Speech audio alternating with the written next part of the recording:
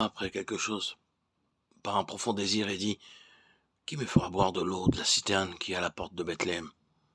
Alors les 3 vaillants hommes passèrent au travers du camp des Philistins, mirent leur vie en péril et apportèrent à David de l'eau de la citerne.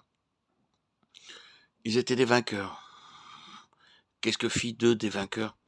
Ils discernèrent quelque chose dans le cœur de leur Seigneur et de leur roi. Et ce fut pour cela qu'ils ne firent point pour eux-mêmes aucun cas de leur vie, même jusqu'à la mort.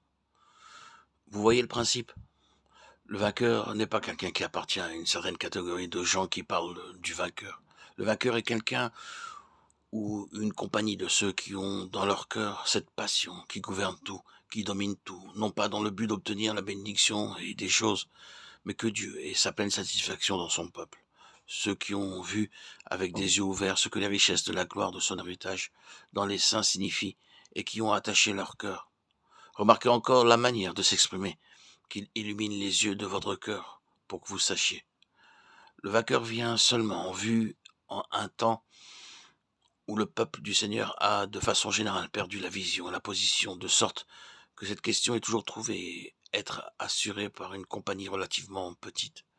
Les autres peuvent être le peuple du Seigneur, et ils peuvent être très dévoués aux choses du Seigneur, mais leur quête et leur intérêt sont si souvent une question de bénédiction d'un genre ou d'un autre.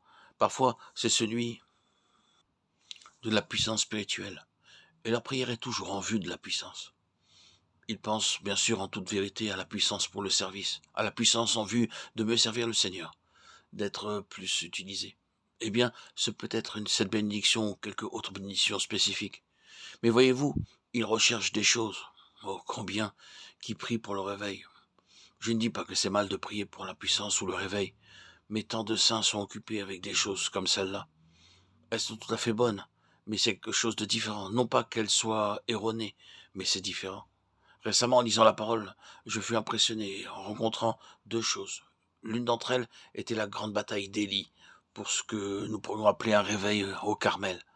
Vous connaissez l'histoire de ce terrible combat contre l'adoration de Baal, qui était devenu presque universel.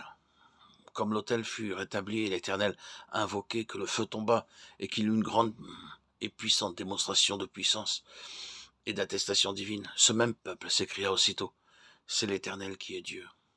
C'est l'Éternel qui est Dieu. Vous pouvez appeler cela un grand réveil. Tout le peuple s'écriait: le Seigneur est avec nous, nous sommes pour le Seigneur.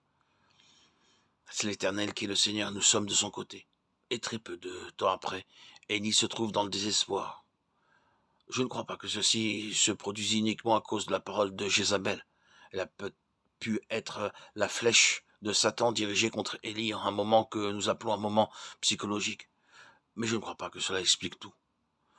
Je crois qu'il a pu y avoir un autre facteur. Je ne peux pas le prouver, mais c'est exactement conforme au principe, à savoir celui-ci. Élie était bien au courant de la constance du peuple. Il les entendit crier, il les vit acclamer l'Éternel. Mais il connaissait ce peuple.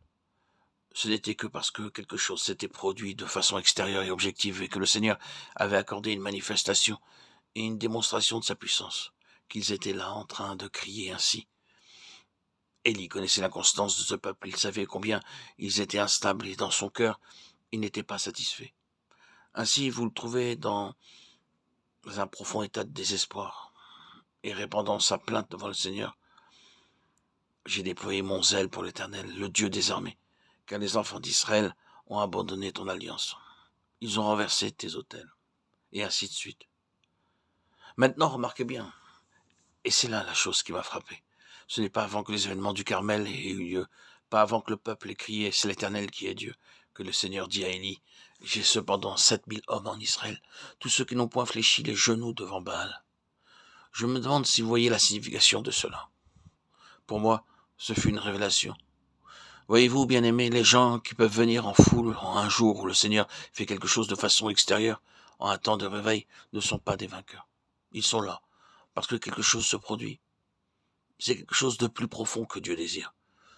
C'est le genou qui n'a jamais fléchi devant Baal, non pas celui qui a bénéficié du réveil, mais celui qui n'a point eu besoin de réveil, qui était avec Dieu, dans le secret, quand tout allait mal.